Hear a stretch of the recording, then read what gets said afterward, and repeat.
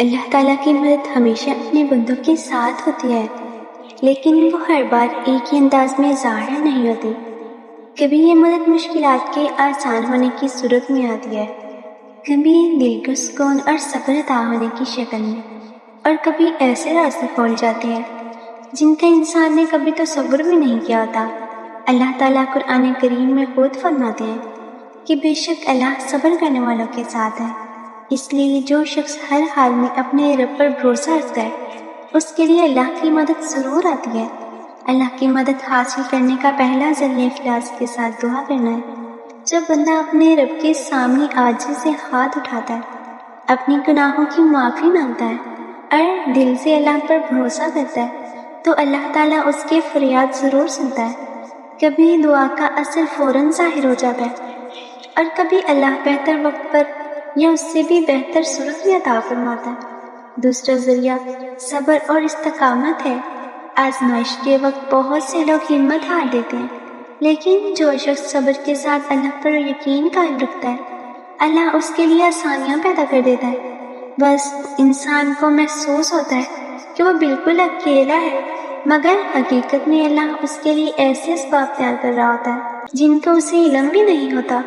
اللہ کی مدد نیک اعمال، سچی توبہ اور دوسروں کے ساتھ حسن سلوک کے ذریعے بھی آتی ہے۔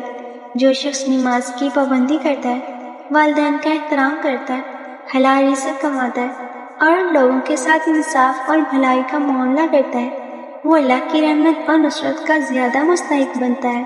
بعض اوقات اللہ کی مدد کسی نیک انسان کے ذریعے آتی ہے، کبھی کسی اچانک موقع کی صورت میں، کبھی بیماری سے شفا کی شکل میں، اور کبھی دل میں ایسی ہمت پیدا کر دیتا ہے کہ انسان بڑی سے بڑی مشکل مقابلہ کر لیتا ہے۔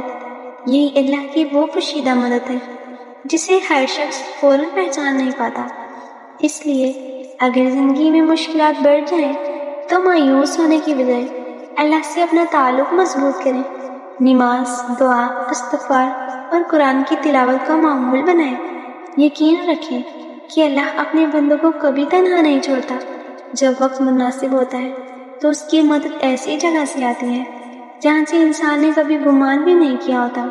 اللہ کی مدد ضرور آتی ہے، لیکن اس کے لیے ایمان، صبر، تقویٰ اور کامل توکل کے ساتھ اپنے رب پر بھروسہ کرنا ضروری ہے۔